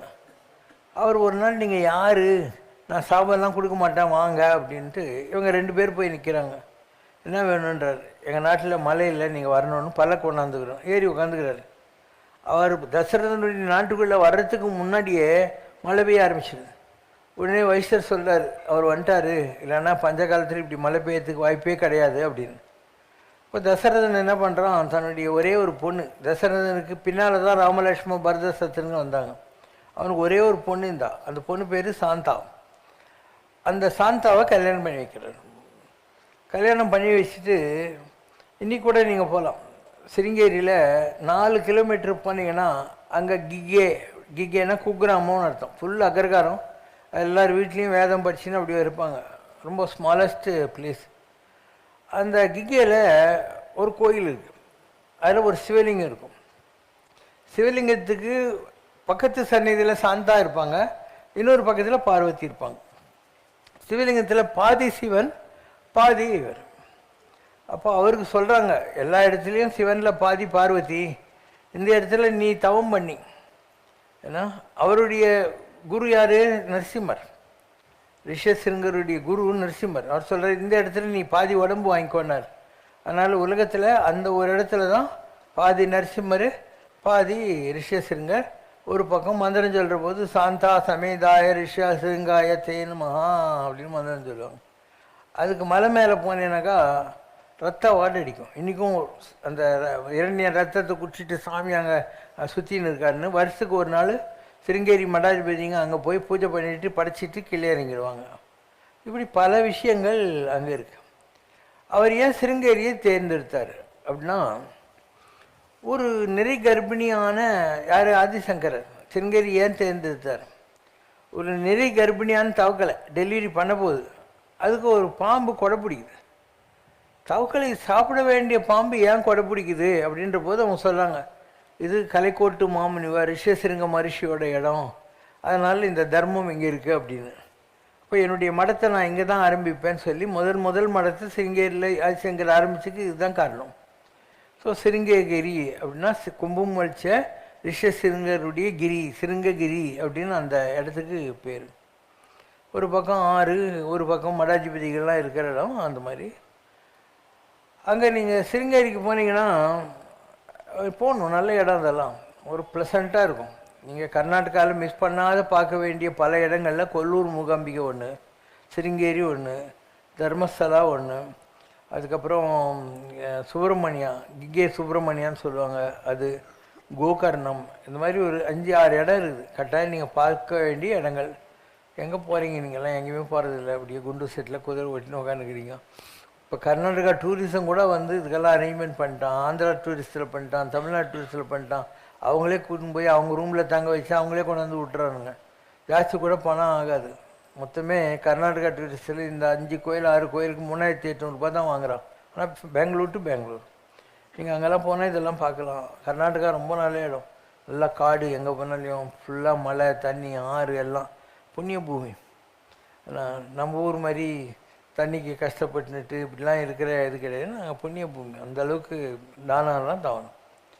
ஸோ அந்த தசரதன் தனக்கு குழந்தை இல்லைன்ட்டு தன் பொண்ணை கட்டி வச்சு கேட்குற போது அவர் புத்திர காமேஷ்டி யாகம் பண்ணி அந்த பாயசத்தை கொடுத்து அது மூலமாக தான் கைகேயிக்கும் கோசலைக்கும் சுமித்திரைக்கும் ராமலட்சுமண பரத சத்ருக்கருங்க 4 பேர் பிறந்தாங்க. ஸோ ராமாயணத்தை ஆரம்பித்து வச்சவர் யார்? கலைக்கோட்டு மாமுனிவர். அந்த கலைக்கோட்டு மாமுனிவர் தான் வந்து பின்னால் ஐயப்பனாக வந்தார். இங்கே திருவள்ளத்தில் ஒரு சாமி இருந்தார், சிவானந்த மௌனகுரு சாமின்னு, பிறப்பால் வண்ணம். அவர் பழைய பிறவி ஜனக மகரிஷி. அவர் தான் அந்த கோயில் எடுத்து கட்டினது. ஒருத்தர் அவருக்கு உடம்பு சரியில்லைன்னு சொல்லிட்டு எங்கள் housing board superintending engineer Natarajan வீட்டில் அசோக் பில்லர்கிட்ட தங்கியிருந்தார். எனக்கு வேண்டி ஒருத்தர் அண்ணா நகரில் இருந்தார். அண்ணா நகர்லேருந்து ஒரு காலத்தில் சிவகுமார்னு ஒரு ஐஏஎஸ் ஆஃபீஸர். அவர் வாங்க, எங்களுக்கு ஒரு குரு இருக்கார், அவர் சொல்லி நான் திருவள்ளம் கோஆபரேட்டிவ் சுகர் மில்லில் தங்கவேல் முருகன் கோயில் கட்டினேன், அதனால் நீங்கள் வாங்கன்னு கூட்டின்னு போனார். அப்போது சிவகுமார் மௌனம் எல்லாம் எழுதி காட்டின்னு இருப்பார். நான் போனேன். இவர் சிவசங்கரா அப்படின்னு அவர் சொல்கிறார். அப்போ அவர் சொல்கிறார், அவனை பற்றி நீ என்ன எனக்கு சொல்கிறது, அவன் தான் உன் குரு, அவன் சொன்ன பேசி கேளு அப்படின்னாரு. நிஜமாக சொன்னார். என்ன இவர் கூட்டின்னு போகிறாரு, அவன் தான் உன் குரு, அவன் சொன்ன பேசி நீ கேளு அப்படிங்கிறார். அதுக்கப்புறம் அவர் சொல்கிறாரு, இந்த ஐயப்பன்றாங்க, யாரா இதுன்னு நான் பார்த்தேன், ஆற்காடு நாகராஜன் புஸ்தக கடை, அதில் பாலகாண்டம் பச்சிப்பார் எல்லாம் தெரியும். நான் ஆற்காட்டில் அந்த வேலூர் போனால் ரத்தனகிரி அங்கே தானே ரூட்டு, அவர்கிட்ட என்னென்ன அது ஒன்றும் இல்லைங்க, ராமாயணத்தில் தான் பாலகாண்டத்தை சொல்கிறார் அவர் அப்படின்னாங்க. அந்த பாலகாண்டன்றது என்ன, ரிஷிசிங்க மரிஷி யாகம் வளர்த்து ராமலட்சுமண பரதத்திற்கு வந்தாங்கன்றது தான் அந்த பாலகாண்டத்தில் இருக்கிற விஷயங்கள். இப்படி நதி மூலம் ரிஷி மூலம்ங்கிறது நமக்கு தெரியாது. யார் எதுக்காக உலகத்தில் வராங்க, யாருடைய ஆரிஜின் எப்படி வருதுன்னு. அப்போது ஐயப்ப சாமி ரிஷசிருங்க மரிஷின்றோம். அப்போ ரிஷசிருங்க மரிஷிக்கு ஒரு இது இருக்கணும் இல்லையா, அது யார் அப்படின்னா, தேவர்களும் அசுரர்களும் பார்க்கடலை கடைஞ்ச போது வந்த ஒரு அவதாரம் அது. அதுதான் தர்மசாஸ்திரா. அவர் தன்னுடைய அவதார நோக்கமாயிட்டு சிவபெருமான்கிட்ட கனத்தலைவராக உட்கார்ந்து இருக்கார். உலகத்தில் எப்பெல்லாம் வேலை ஆகணுமோ அப்போல்லாம் சிவன் அவருக்கு ஒரு வேஷம் கொடுத்து அனுப்புகிறார். அப்படி வந்தது தான் ராமர், ஸ்ரீராமோ விக்கிரவான் தர்மம். அப்படி வந்தது தான் ஐயப்ப சாமி. இப்படி உலகத்தில் நதி மூலம் ரிஷி மூலம்னா இதுதான். கண்டதே கண்டு, கொண்டதே கொண்டு, உண்டதே உண்டு, உடுத்ததே உடுத்து, உரைத்ததே அடுத்தடுத்து உரைத்து, கழிந்ததே கடவுள் நாளெல்லாம். அப்போ எதுவுமே புதுசு இல்லை, எல்லாம் வந்து rewind, fast forward and action replay தான். இல்லை, ஏதோ ஒரு சினிமாவில் போலீஸ் ஸ்டேஷனில் ஒரு கான்ஸ்டேபிள், அங்கே இருக்கிற லேடி கான்ஸ்டேபிள் 2 பேரும் ஒரு பாட்டு போட்டு இப்படி கை வச்சு பார்த்துன்னே இருப்பாங்க. அங்கே இருக்கிற இன்ஸ்பெக்டர் வந்து அதை ஆஃப் பண்ணுவான், அவன் திருப்பி ஆன் பண்ணி இப்படி பார்த்து. அந்த மாதிரி இதெல்லாம் ஃபாஸ்ட் ஃபார்வேர்ட், ரீவைண்டிங், இதெல்லாம். அடுத்த கேள்வி.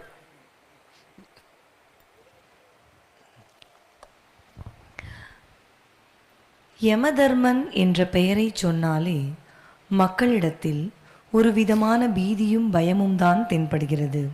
ஆனால் காகபுஜண்ட மகரிஷி யமனை ஒரு பரம நீதிபதி என்றும் ஒவ்வொரு உயிரும் செய்த கர்ம வினைக்கு ஏற்றவாறு பலனை வழங்குபவர் என்றும் கூறுகிறார். யமதர்மன் என்று பெயர் பெற்ற அவரை ஏன் ஒரு கோரமான தெய்வமாக சித்தரித்து மக்கள் மத்தியில் பீதியையும் ஒரு பய உணர்வையும் உருவாக்க வேண்டும்? ஃபர்ஸ்ட் ஆஃப் ஆல், சாவு ரொம்ப நல்ல விஷயம். அது தெரியாதவங்க தான் மரணத்தை பார்த்து பயப்படுறாங்க. பாம்பன் சுவாமிகள் சொல்கிறாரு, மரண பிரமாதம் நமக்கு இல்லையாம் அப்படிங்கிற. மரணத்தை பார்த்து எனக்கு பயமே கிடையாது அப்படிங்கிற வார்த்தை சொல்கிறாரு. ஏன் அப்படி சொல்கிறாரு அப்படின்னா, இந்த அதுக்கு முன்ன இதில் சொல்லிடுறேன், மணிமேகலையில் ஒன்று வரும். மணிமேகலை என்ன வரும்னா, ஒரு கொடிய தொழிலை செய்கிற ஒருத்தன் என்ஜின் டிரைவர் மாதிரி இருக்கான். அவன் சுடுகாட்டில் நெருப்பை மூட்டி வச்சுட்டு சின்ன குழந்தைங்களும் பார்க்க மாட்டேன்றான், பெரிய ஆளுன்னு பார்க்க மாட்டேன்றான், ஆம்பளை பார்க்க மாட்டேன்றான், பாடி பார்க்குறான், ஒவ்வொரு பொண்ணமாக தூக்கி எரிச்சிக்கிட்டு இருக்கான். அதனால் அவன் யார்? கொடுந்தொழிலாளன். முதியோர் என்னான் இளையோர் என்னான், கொடுந்தொழிலாளன் கொன்றனன் குயிப்பை அழல்வாய் சுடலை தின்ன கண்டுங்கிறார். கொடிய தொழிலை செய்கிற யமதர்மன் சுடுகாட்டு நெருப்பில் போட்டிருக்கான. அதெல்லாம் பார்த்து, ஏன் மனிதர்களே, இந்த உலகம் வந்து ரொம்ப சாஸ்வதமானது, நீங்கள் தப்பாக நினச்சிக்கிட்டு இருக்கீங்க அப்படின்னா. அதே மாதிரி இங்கிலீஷில் ஆலிவர் பிளாங்கோ ஒயிட்னு ஒருத்தன் எழுதினான். அது கவிதைக்கு பேர் வந்து நைட் அண்ட் டெத். அவன் என்ன சொன்னான், உலகத்தில் முதல் மனிதன் வந்தான், அவனுக்கு சூரியன், பறவைகள், விலங்குகள் இதெல்லாம் தான் தெரிஞ்சது. மத்தியானம் போய் ஒரு மயக்கும் மாலை பொழுது வந்தவுடனே அவனுக்கு பயமாகி போச்சு. ஏன்னா அவனுக்கு இருட்டை பற்றி ஒன்றுமே தெரியாது, நைட்டை பற்றி ஒன்றுமே தெரியாது. என்ன ஆக போதோ என்ன ஆகுதுன்னு நினச்சினே இருந்தான். பறவைகள், விலங்குகள்லாம் பொந்துக்கு குண்டுக்கெல்லாம் போயிடுச்சு. இவனும் அப்படியே கொட்டாய் விட்டுன்னு தூங்கிட்டான். திடீர்னு சூரியன் மூஞ்சி மேலே அடிச்சு உடனே முழிச்சு பார்த்தான்.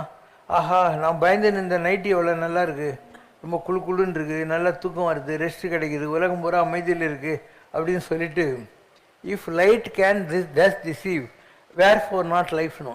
வெளிச்சம் அந்த ஆதி மனிதனை ஏமாற்றியது, அதுபோல இந்த மனித வாழ்க்கையில் இருக்கிற பகல் என்பது உன்னை ஏமாற்றி கொண்டிருக்கிறது. If light can thus deceive wherefore not life no. அதனால் மரணத்தை பற்றி தெரிஞ்சவங்க தான், நிஜமாக தெரிஞ்சவங்க தான் அதை பற்றி. முன்ன பின்ன செத்து இருந்தால் தானே சுடுகாடு தெரியுதுன்னுவாங்க எங்கள் ஊர் பக்கம்லாம். அந்த மாதிரி death is a beautiful thing. இங்கிலீஷில் ஒரு நாவல் இருக்குது, அதுக்கு பேர் டியூஸ்டேஸ் வித் மோரிங்ஸ்.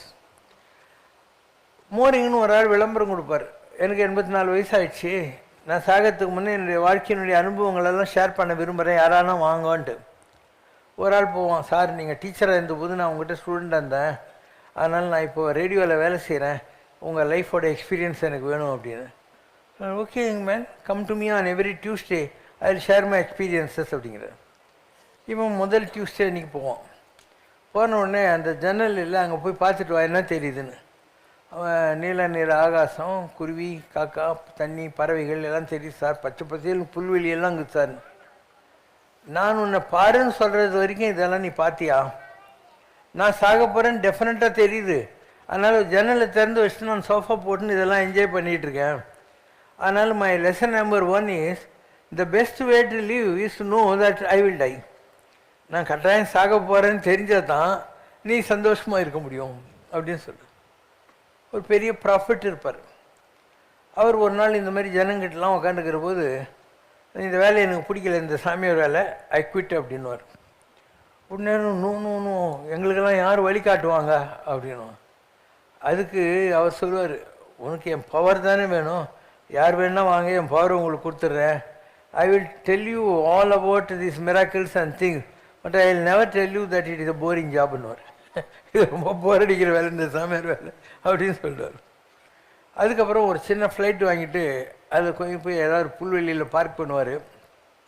ஒரு டீ போட்டு சாப்பிட்டுட்டு ஜாலியாக அப்படி மைதானத்தில் படுத்துன்னு இருப்பார். ஒரு ஆள் சொல்கிறான், சார் உங்களை பார்த்தா வசதியாக தெரியுது, ஆனால் எதுவுமே செய்யாமல் ஜாலியாக இருக்கீங்க, உங்கள் லைஃப்பில் நீங்கள் என்ன தான் கற்றுக்குனீங்க எனக்கு கொஞ்சம் சொல்லுங்கன்னு. அவர் சொல்ல, நீ கேட்கறதுனால சொல்கிறேன், உலகத்தில் you have a right to lead the life which you want. உனக்கு எப்படி வாழணுன்னு இருக்கோ அப்படி நீ வாழ்ந்துக்கலாம். If you want to explain you can. நான் ஏன் இப்படி வாழ்கிறேன்னு நீ எக்ஸ்பிளைன் பண்ணணுன்னா பண்ணு, இல்லைன்னா பண்ண தேவையில்லை. But should give the same right to the opposite person. உனக்கு இருக்கிற அதே உரிமைகள் எதிராளிக்கு நீ கொடுக்கணும், அவனுக்கு ஏற்ற மாதிரி வாழ்க்கையை வாழணும். Never be afraid of death, because what you call as the death of a caterpillar is the emergence of a beautiful butterfly. ஒரு கம்பளி பூச்சியின், அருவருப்பான கம்பளி பூச்சியின் மரணம் என்று எதை நீ நினைக்கிறாயோ அது அழகான வண்ணாத்தி பூச்சியின் ஜனனம். அதனால் மரணத்தை பற்றி கவலைப்படாத. And never be afraid of destruction of this world. உலக மையத்தை பற்றி கவலைப்படாத. கடவுள்கிட்ட 14 உலகம் இருக்குது. இந்த உலகம் போனால் என்ன, மீதி 13 உலகத்தில் உனக்கு ரெடியாக வேக்கன்சி எல்லாம் போட்டு வச்சுருப்பாரு அப்படின்னு. இது இன்னொரு புக் இருக்குது இங்கிலீஷில், த கிரேட்டஸ்ட் மிராக்கிள்னு பேர். ஒரு ஆள் வீட்டு மாடியில் பார்த்துன்னு இருப்பார். சிக்காகோவில் ஐஸில் ஒரு பொம்பளை கார் ஸ்டார்ட் ஆக மாட்டேங்குது. கீழே இறங்கி வந்து ஒரு புஷ் கொடுப்பாரு, ஸ்டார்ட் ஆகிடும். அவள் கொஞ்சம் தூரம் காரை கொண்டு போய் வச்சுட்டு ஓடி வந்து இவர் ஹக் பண்ணிட்டு ஒரு சீக்கிஸ் கொடுத்துட்டு கார் ஏறி போயின்னு இருப்பாள். இவளும் பேசலை இவரும் பேசலை. அப்போ இந்த ஆள் எல்லாருக்கிட்டையும் சொல்லுவார், ஐம் ஏ ரேக் பிக்கர் அப்படின்னு, நான் குப்பை பொறுக்கிறவன் அப்படின்னு. எல்லோரும் என்னங்க வசதியாக கார் எல்லாம் வச்சுன்னுக்கிறீங்க, வீட்டில் இருக்கிறீங்க, உங்களை போய் குப்பை பொறுக்கிறவன்னு சொல்கிறீங்க. அவர் சொல்ல, குப்பைன்றது பழைய Aavin packet, tetra pack, coca கோலான்னு நினைக்கிறியா? ஒவ்வொரு மனுஷனும் தன்னை பற்றி அவ்வளோ குப்பிகளை வச்சுன்னுக்கிறான். நான் உருப்பட மாட்டேன், இந்த வாழ்க்கை வந்து வேஸ்ட்டு அப்படின்னு. இந்த குப்பைன்றது உண்டு இல்லை. சின்ன வயசில் உங்கள் அப்பா அம்மா சொன்னாங்க, நீ உருப்பட மாட்டேடான்ட்டு. உங்கள் வாத்தியார் சொன்னார், நீ எருமதாண்டா மேய்க்க போகிற அப்படின்னு. ஸோ இந்த சமுதாயத்தில் இருக்கிற எல்லாரும் கொட்டின குப்பையை நீ கேரி பண்ணிகிட்ருக்க. அந்த குப்பையை எடுத்து போட்டு அந்த கான்ஃபிடென்ஸ் கொடுக்குற வேலையை தான் நான் பண்ணிக்கிட்டு இருக்கேன் அப்படின்னு சொல்லி அவர் சொல்கிறார். இதுதான் ரேக் பிக்கர் ஸ்டோரி. இப்படி லைஃப்பில் எல்லாமே ரைட்டு. நல்ல மரணத்தை பார்த்து பயப்படக்கூடாது. மரணத்தை எண்ணி கலங்கிடும் விஜயா, மரணத்தின் தன்மை சொல்வேன், மானிடர் ஆன்மா மரணம் மீதாது மறுபடி பிறந்திருக்கும், மேனியை கொள்வாய் மேனியை கொள்வாய். அர்ஜுனனுக்கு பகவத்கீதையில் கிருஷ்ணர் கொடுத்த உபதேசத்தினுடைய டிரான்ஸ்லேஷன் இதுதான். இந்த உடம்பு தானே செத்து பழிக்கிற விஷயம், அதனால் நீ கவலைப்பட தேவையில்லை. நீ வேறு வேறு பிறவியில் வந்துக்கிட்டே இருப்ப, வேறு வேறு உடம்புல வந்துக்கிட்டே இருப்ப. You are going expand on your experiences. இதான் பகவத்கீதையில் கிருஷ்ணர் சொல்றார். மானிடர் ஆன்மா மரணம் எய்தாது, மறுபடி பிறந்திருக்கும். ஆத்மா அழிவதே இல்லை, மறுபடியும் வேறு உடம்புக்குள்ளே வரும், ஒரு நியூ எக்ஸ்பீரியன்ஸ் கெயின் பண்ணும். இப்படி தான் இந்த புனரபி ஜனனம் புனரபி மரணம் என்பது நடந்து கொண்டிருக்கிறது. அதனால் இது ரொம்ப பியூட்டிஃபுல் டைப். அதனால் நிறைய பேருக்கு இந்த சாவுன்னா பயம். எனக்கு பயமே கிடையாது. நான் இப்போ ஊஞ்சல் உட்காந்து பேசிக்கிறப்போ செத்தா கூட ரொம்ப சந்தோஷப்படுவேன். ஏன்னா ஐ ஹவ் சீன் டெத். இது வரைக்கும் என் லைஃப்பில் நான் வாழ்கிற காலத்திலேயே 3 தடவை டெத்தை பார்த்துட்டேன். ஜனவரி 26, 1984 நான் அண்ணா நகர் பங்களாவில் இருக்கேன். அப்போ ராகவேந்திர சுவாமி வந்து உன் பொந்த பாடுறான்னார். நானும் ராகவேந்திர சுவாமியும் பக்கத்து நிற்கிறோம். என் உடம்பு இறந்து கிடக்குது. என் உடம்புலேருந்து ஒரு 5 தலை நாகம் வெளியேறி பனியாண்டவனுக்கு இடது பக்கத்தில் போய் நின்று சுவாமிநாதா வெங்கடேஸ்வரான்னு சொல்லி தங்கமயமான ஒரு ரிஷி மாதிரி சித்தர் மாதிரி மாறி போகுது. இது என்னுடைய டெத் எக்ஸ்பீரியன்ஸ் நம்பர் 1. அதுக்கப்புறம் இந்த கோயிலை கட்டி நான் கும்பாபிஷேகம் பண்ணேன் இல்லையா, இந்த சிலையை வச்சேன் இல்லையா, அது 2வது. அப்போ அந்த கும்பாபிஷேகம்லாம் முடிச்சுட்டு நான் என் லோஞ்சில் இருப்பேன். அப்போ ரூமில் போனோடனே I know I am going to tie. அப்போ அவசர அவசரமாக இப்படி பேனா பிடிச்சி எழுத்தானில் எழுதுகிற மாதிரி ஐ ஆம் டையிங், நீங்கள் என்னை பற்றி கவலைப்பட வேணாம், நான் இங்கே தான் இருப்பேன், என்னை நினைக்கிறவங்களுக்கெல்லாம் நல்லது பண்ணுவேன் அப்படின்னு. அது வெளியே வச்சா யாருக்காவது தெரியாது போனேன்னு என் ஜுப்பாவில் வச்சுன்னுட்டு அங்கேயே படிச்சுட்டேன், செத்து போட்டேன். ஒரு ஃபியூ ஹவர்ஸ் கழித்து பார்த்தா நான் சாகலை. இன்னைக்கு கூட அந்த சீட்டு இருக்குது உனக்கு நான் காட்டுறேன். இப்படி 12 வருஷத்துக்கு ஒருக்கா இந்த ஆத்மா என்பது மாறிக்கிட்டே இருக்கும். But you have to undergo once A death experience. அதுக்கப்புறம் எவ்ரி 12 இயர்ஸ் மாறிக்கிட்டே இருக்கும். அதான் மகாமகமும் பண்ணுறது. அதனால் லைஃப் இஸ் பியூட்டிஃபுல். மரணத்தை பற்றி பயப்படாதீங்க. And the way God has plan our life is very good. ஒன்றுமே இல்லை. அண்ட் ஒவ்வொரு தடையும் நீ செத்து பழிக்கிற போது உனக்கு ஒரு ப்ரமோஷன் கிடைக்கும். முதல்ல ராகவேந்திரன் எங்கிட்ட வந்தார். ராகவேந்திரருக்கு கிடைச்ச ப்ரமோஷன் என்ன? ஐயப்பசாமி. ராகவேந்திரருக்கு கிடைச்ச ப்ரமோஷன் தான் ஐயப்பசாமி. அப்போ ஐயப்பசாமிக்கு ஒரு ப்ரமோஷன் கிடைக்கணும் இல்லையா, அதுதான் பூரண பிரம்மம். உனக்கு ஒன்றுமே புரியல. கபீர்தாசர் இருந்தார். அந்த கபீர்தாசராக இருந்தவர் இந்த பிறவியில் திருவண்ணாமலை விசிறி சாமியார் யோகிராம் சரத்குமார் சாமியும் வந்தார். கபீர்தாசருடைய நெக்ஸ்ட் பிறவி எது? சிரிடி பாபா. அந்த சிரிடி பாபாங்கிறது சிவசங்கர் பாபாவும் வந்துச்சு. புரியுதா? அவரே என் ப்ரமோஷன் வாங்கலன்னு நீ கேட்கக்கூடாது. எல்லாத்துக்கும் காரண காரியங்கள் இருக்கும். அவங்கவுங்க செய்த தவத்துக்கு ஏற்ற மாதிரி அவங்களுக்கு ப்ரமோஷன் கிடைச்சிக்கிட்டே இருக்கும். இந்த ப்ரமோஷன் மாறிக்கிட்டே இருக்கும். 2வது, யார் யாருக்கு கொடுக்கணுங்கிறது கூட கடவுள் நிர்ணயம் பண்ணுவார். தகுதி உடையவன் எவனும் அவனுக்கு எல்லாம் கொடுக்கப்படும், தகுதி அற்றவனிடத்திலோ உள்ளதும் பறிக்கப்படும் அப்படின்னா யூ ஷுட் பி டிசர்விங். அப்போ உனக்கு 12 வருஷத்துக்கு ஒரு ப்ரமோஷன் கிடச்சிக்கிட்டே இருக்கும். அப்போது சிரிடி பாபாவாக இருந்த ஒரு ஆத்மா அது வந்து அந்த ராகவேந்திரர் அந்த ஃபார்ம் எல்லாம் ஒன்றா வருது இல்லையா. ஸோ அதில் ஐயப்பசாமி, அது ஐயப்பசாமி பூரண பிரம்மமும் ஆகுது. இப்போது அடுத்த 12வது வருஷம் கூட பூரண பிரம்மாவும் கண்டினியூ ஆகிட்டுருக்கு. இதுக்கு அடுத்த நிலை வர்றபோது இதில் இருக்கிற ஜோதி சூரியனில் மெர்ஜ் ஆகிடும். இப்போ சிவசங்கர் பாபா இனிமேல் உலகத்துக்கு வரமாட்டார். தான் என்னுடைய லாஸ்ட்டு 7000 வருஷம் ஆச்சு நான் உலகத்துக்கு வந்து வேறு பிறகு பார்த்துட்டேன். சூரியனில் மெர்ஜ் ஆகிடும். ஸோ இதெல்லாம் சொன்னால் நம்புகிற மாதிரி இருக்கா? ஜனங்களுக்கு புரியும். உலகத்தில் எல்லாருமே அப்படி தான். உலக உயிர் திரளலாம் ஒளி நெறி பெற்றிடன்னு வள்ளல் பெருமானார் சொல்கிறார். அப்போ இந்த உலகத்தில் துருவன் யார்? ஒரு ராஜகுமாரன். நாராயணனுடைய அன்பு கிடைச்ச உடனே அவனை துருவ நட்சத்திரமும் மாற்றிட்டார். வசிஷ்டருடைய மனைவி இருந்த அருந்ததி கணவனுக்கு நல்ல பணிவிடெல்லாம் செஞ்சதுனால அவருடைய ஆசீர்வாதத்தாலையும் கடவுளுடைய பிளான்னாலையும் இன்றைக்கி எல்லாரும் அம்மி மேய்ச்சி அருந்ததி பாருன்னு சொல்லியிருந்துருக்காங்க. மிருகசீரிஷம்ன்றது என்ன? 4 மான்கள் இருக்கிறது. அப்புறம் ஒரு சிவப்பு பசுமாடு உக்காண்டிருக்கும், அது ஆருத்ரான்ற நட்சத்திரம். இப்படி எல்லா நட்சத்திரமும் தான். கோயில்களில் உட்காந்துருக்கிற சாமிங்கெல்லாம் யார்? சித்தர்கள், ரிஷிகள். கோயிலில் ஏதோ ஒரு கோயிலில் அவங்க உட்காந்துட்டு ஜனங்களுக்கு நல்லது செய்கிறாங்க. நீங்கள் கொடுக்குற பூஜையெல்லாம் அவங்க வாங்கிக்கிறாங்க. இதில் ஹையஸ்ட் லெவலுக்கு போனால் நீ 11 ருத்ரர்கள் இருக்காங்க, ஏகாதச ருத்ரர்கள்னு பேர். அதில் ஒரு போஸ்ட் கிடைக்கும். அதே மாதிரி 12 ஆதித்யர்கள் இருக்காங்க சூரிய குடும்பத்தில், அதில் உனக்கு ஒரு போஸ்ட் கிடைக்கும். அதனால தான் கிருஷ்ணன் சொல்கிறாரு, ருத்ரானாம் சங்கர சாஸ்மி ஆதித்யானாம் மகம் விஷ்ணு. சூரிய குடும்பத்தில் நான் விஷ்ணு என்று அறியப்படுகிறேன். அண்ட் ருத்ரர்களில் நான் வந்து சங்கரன் என்ற பெயரால் அறியப்படுகிறேன். இதெல்லாம் சொல்லியிருக்காரு. அதனால் சிவசங்கர் பாபா என்பவர் அந்த குடும்பத்துக்கு போகிறார். ருத்ர குடும்பம், ஆதித்யர்கள், இந்த குடும்பத்துக்கு போகிறாரு. இதெல்லாம் அது நடக்கிற போது அது வரக்கூடிய காலத்தில் இதெல்லாம் முடியணும். இந்த கலியுகத்தில் இருக்கிற இந்த அனாச்சாரங்கள்லாம் முடியணும். இதெல்லாம் ஆன உடனே நல்லவங்கெல்லாம் நல்லா இருப்பீங்க. அந்த நேரத்தில் இந்த மாதிரியான விஷயங்கள்லாம் நடக்க போகுது. அப்போது என்னை நிஜமாக நம்புற யாராவது இருந்தாக்கா, இதில் பெருமாள் இருக்காரா, அவர் பக்கத்தில் ஒரு ரெட் ஒரு மூணு இருக்கா, நம்ம கோயில் பெருமாள், அது பக்கத்தில் ஒரு ரெட் மூணு இருக்கு இல்லையா, அப்போ அதுக்குள்ளே இருக்கிற எனர்ஜி இது தான். சம்டைம்ஸ் என்னாகும், அது பெருமாளுடைய மெர்ஜ் ஆகிடும். இங்கே பாருங்கள், பெருமாள் அவர் மேலேயே அது மெர்ஜாக இருக்கு பாருங்கள். அதனால் இது ரொம்ப பெரிய இடம், நம்ம கோயில் சாதாரண இடம்னு நினைக்காதீங்க.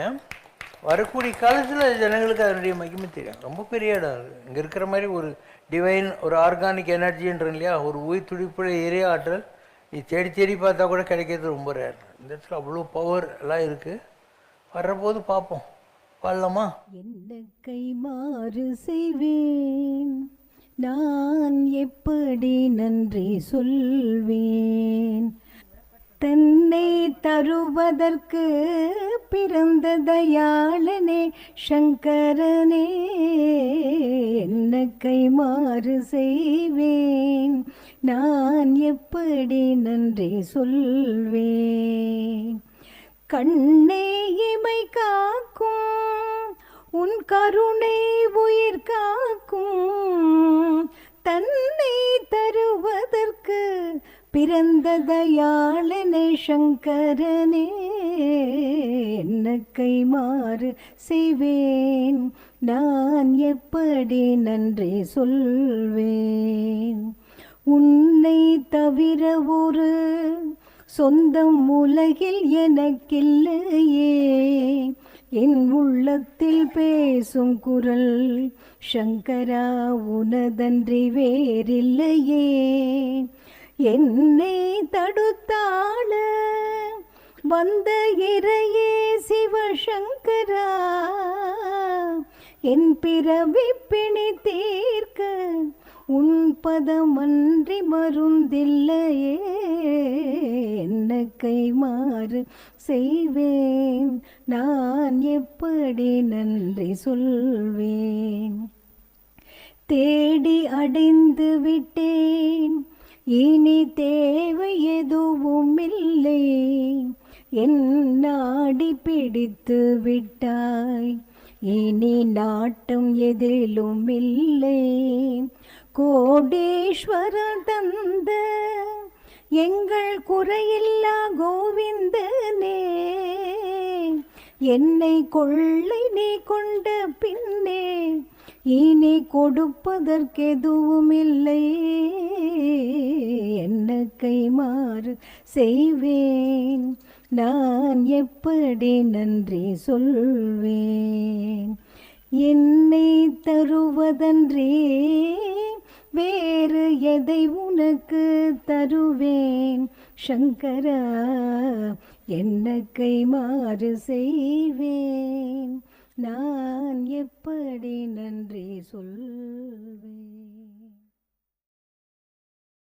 ஓம் ஜெய் சிவசங்கரரே சுவாமி ஜகத் பரிபாலகரே, ஆதி சங்கர அவதாரா அநாத ரக்ஷகரே, ஓம் ஜெய் சிவசங்கரரே, அன்னையும் தந்தையும் நீரென்றறிந்தும் அன்பில் நனைகின்றோம் சுவாமி, அன்பில் நனைகின்றோம், ஆசானும் இறையாகிய தேவா நின்னடி பணிகின்றோம், ஓம் ஜெய் சிவசங்கரரே, கைலையை பன்முறை வலம் வந்தாய் ஓ கருணாகர கீர்த்தி, சுவாமி கருணாகர கீர்த்தி, மயிலையில் நின்று வரம் தருகின்றாய் மங்களகர மூர்த்தி, ஓம் ஜெய் சிவசங்கரரே,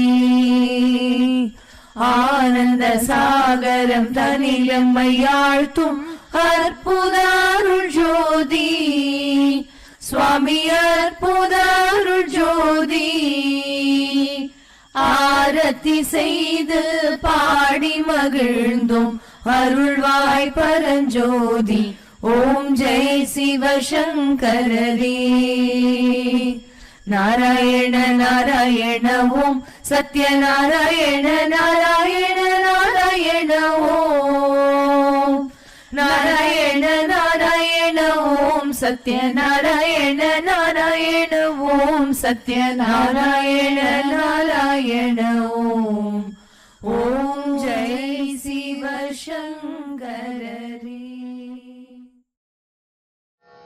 அம்மையோடு அப்பனென வந்தவர்க்கு மங்களம், ஆசானும் தெய்வமுமாயானவர்க்கு மங்களம், இத்தனை துயர்கள் எல்லாம் தீர்ப்பவர்க்கு மங்களம், ஈஸ்வராவதார சிவசங்கரர்க்கு மங்களம்.